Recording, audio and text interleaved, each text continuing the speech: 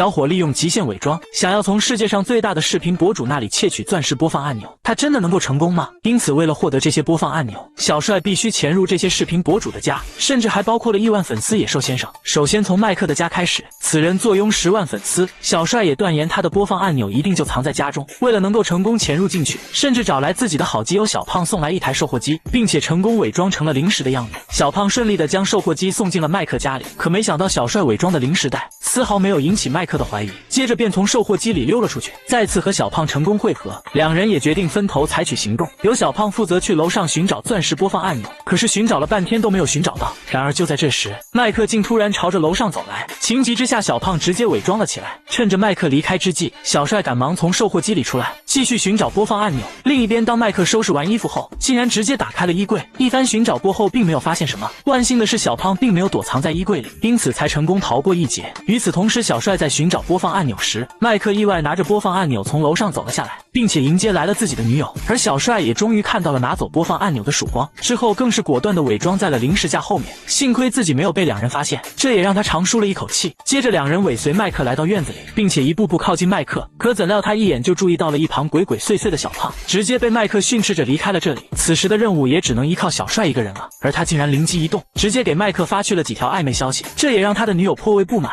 一气之下甚至将他的手机摔得粉碎。最终小帅趁着麦克追女友的时候，成功拿走了他的银色播放按钮，之后来到了杰米家。此人拥有超过100万的粉丝，小帅判断播放按钮一定就放在家中的某一个地方。这次两人竟伪装成了毛绒玩偶，成功被狗蛋搬了进去。不过在打开箱子后，里面的物品却并没有引起他的怀疑，甚至还感到了莫名的开心。在他离开之后，两人也赶忙从箱子里钻了出来，之后便展开了疯狂的搜索。不过要想成功寻找到播放按钮又谈何容易呢？接着便观察到了展示柜上的黄金播放按钮，之后两人想出了一个让杰米离开这里的计划。小帅独自一人悄悄溜了进去，顺手偷走了杰米的游戏手柄，并且将其狠狠地摔在了地上。可是他似乎玩得非常投入，根本没有听到如此大的动静。这时小帅也打算再次进入到房间，直接顺走里面的黄金播放按钮，接着便展开了自己的行动。他再次小心翼翼地走了进去，竟然成功拿走了这个黄金播放按钮。可没想到就在这时，杰米竟然起身打算去趟洗手间。情急之下，两人再次伪装进了纸箱里。怎料当杰米从卫生间出来时，恰巧看到了自己的播放按钮，这也令其大为疑惑，不过却并未发现两人的存在，因此两人也必须再次展开自己的行动。可没想到当杰米在院子里享受完零食带来的快乐后，竟然直接躺到了沙发上呼呼大睡起来。于是在两人的配合下，将餐盘放在了杰米手上，并且借机成功拿走了他的黄金播放按钮。真没想到两人竟再次完成挑战，之后便打算偷走一个钻石播放按钮。此人是坐拥1000万粉丝的超级网红，没想到小帅竟然深入敌人内部，成功贿赂了这位博主的妹妹，并且顺利进入到了家里，在妹妹的掩护下，直接躲藏进了大型游戏机里，这才躲过了凯帕的视野。可没想到刚从里面出来，就被凯帕的宠物犬一顿狂吼。此时的小胖正在间谍车里随时指挥着小帅的行动，没想到就在这时，凯帕再次回到家中，而小帅则和凯帕打起了游击，之后便躲藏进了浴室。就当凯帕打算进入浴室洗澡的时候，小胖赶忙拨通了他的电话，并且请求凯帕给自己邮寄一些零食，这才得以解救小帅。真的是太危险了。不过很快小帅便在沙发上发现了这个播放按钮，并成功将其顺走。当凯帕赶来的时候，自己早已躲藏在了沙发后面，然而凯帕竟将所有的矛头全部指向了自己的妹妹，这也令其大为暴躁。当两人寻找钻石播放按钮的时候，小帅借此机会逃离了这里，自己也终于再次得手。